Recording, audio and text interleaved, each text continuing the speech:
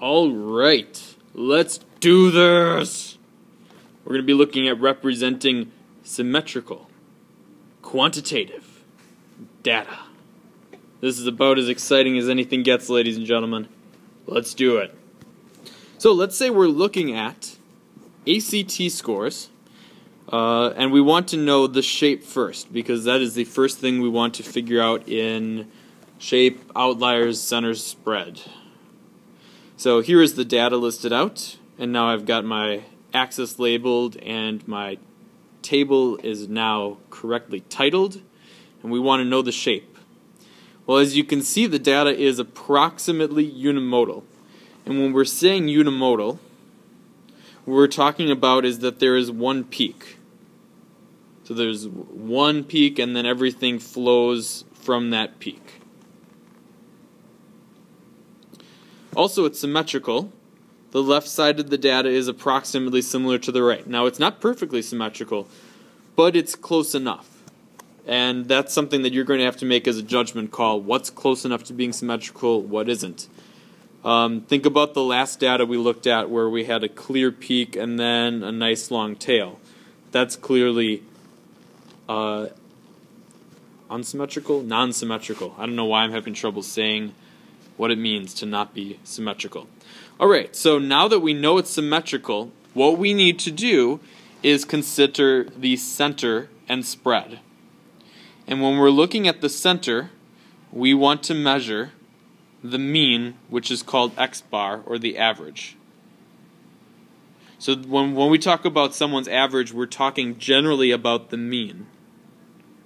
So we're going to talk very quickly how to calculate that, and we'll also talk about how to calculate. I'm going to need to erase a little bit here to make some room. So not just the center, but also the spread. And notice, since this is symmetrical, unimodal, there are no outliers here as well. So we can just say there are no outliers.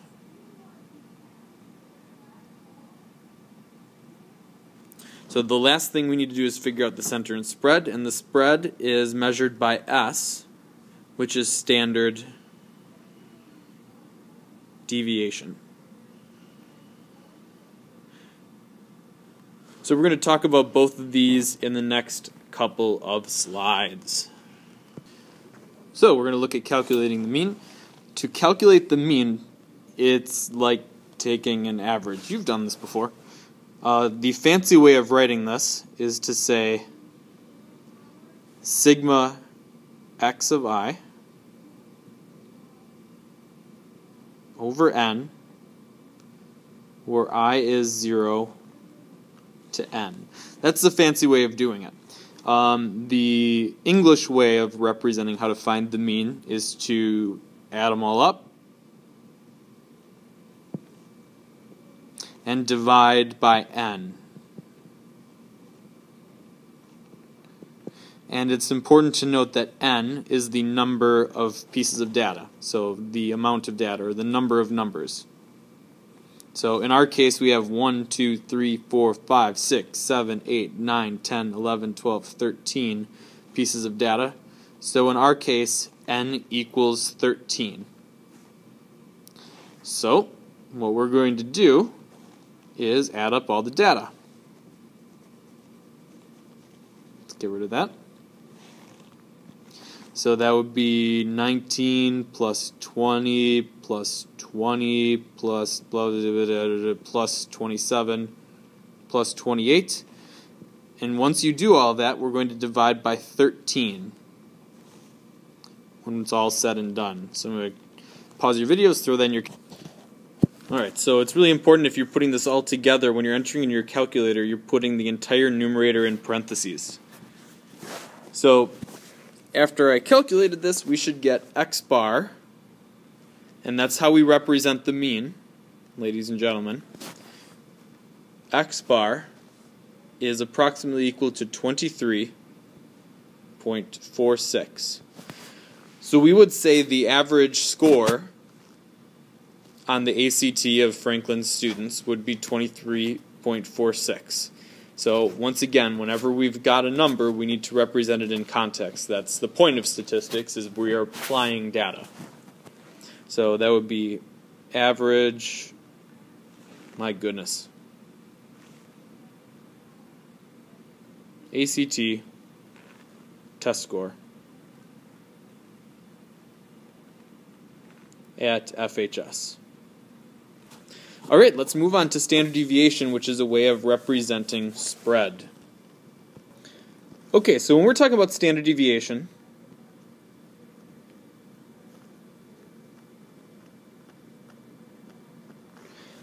standard would represent, on average. So the typical number is, and a deviation is how far are we away from the mean. So typically, how far do we deviate from the mean?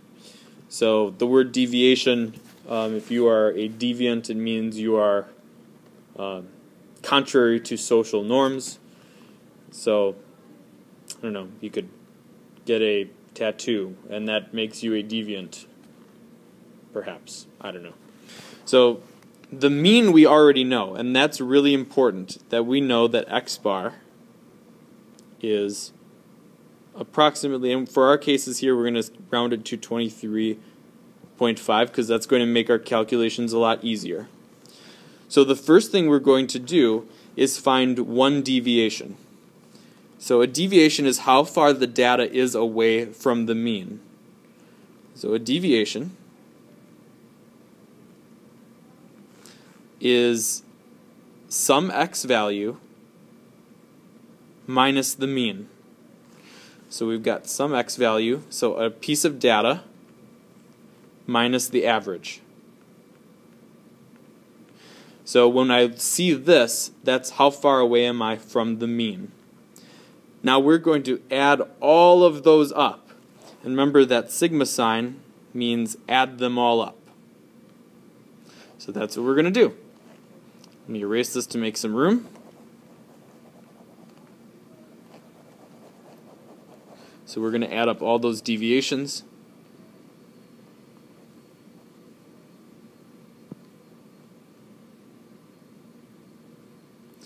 The problem is, if we add up all the deviations, this is going to equal 0. Because some of these will be positive, some of these will be negative. Instead, what we're going to do to make sure they're positive is square every deviation.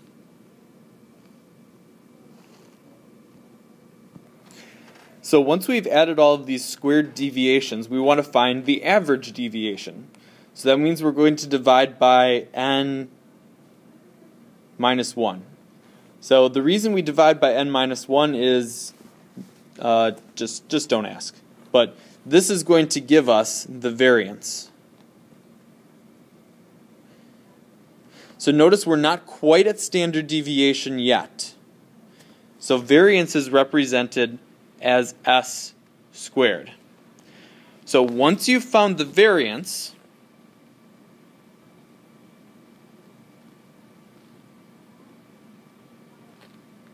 to find the standard deviation, which is s, we are going to square root the variance. And that will give us standard deviation. So you should see some sort of Pythagorean principle here, where we add all these deviations squared up and then take the square root of them. So let's take a look at what this looks like in practice with our data. Alright, why don't you stop your video and try to calculate your standard deviation, or at least show me as much work as you can.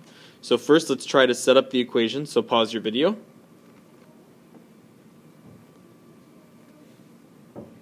Alright, assuming you've paused your video and tried, the equation should look like this. So that's our equation, and when we enter in the data, it looks like this.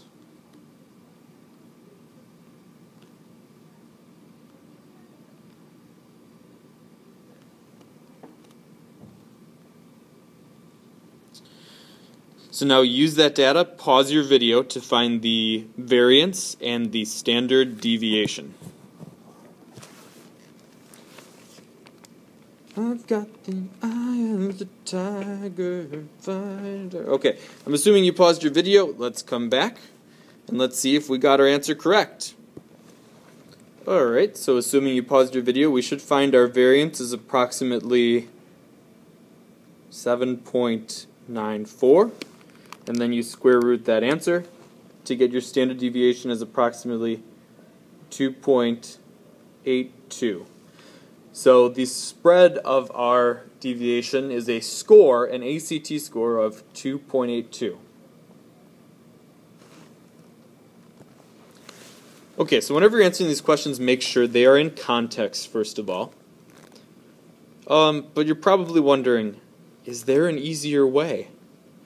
Well, ladies and gentlemen, yes, there is. But it's very important that you know where these numbers come from so that when you see them in the future, it's not just a number but actually means something to you. So let's find our standard deviation using our graphing calculator. So take out your handy-dandy graphing calculator. The first thing we're going to do is press the stat button because guess what? We're doing stats. And then you'll click Edit. And then after you do that, we're going to enter our data into L1. So pause your video and do that. Alright, assuming your video is paused, we are going to click on Stats again.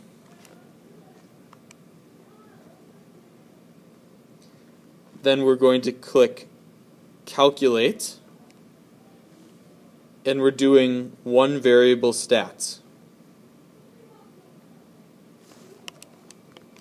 So your screen is either going to give you some prompts where it will ask you for the list and frequency list and then calculate. That's fine.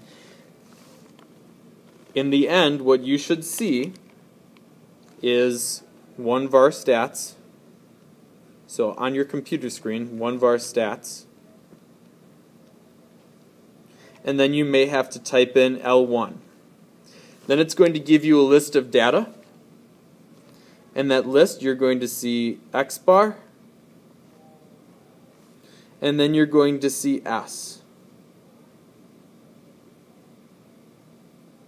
And those are the two pieces of information we're interested in.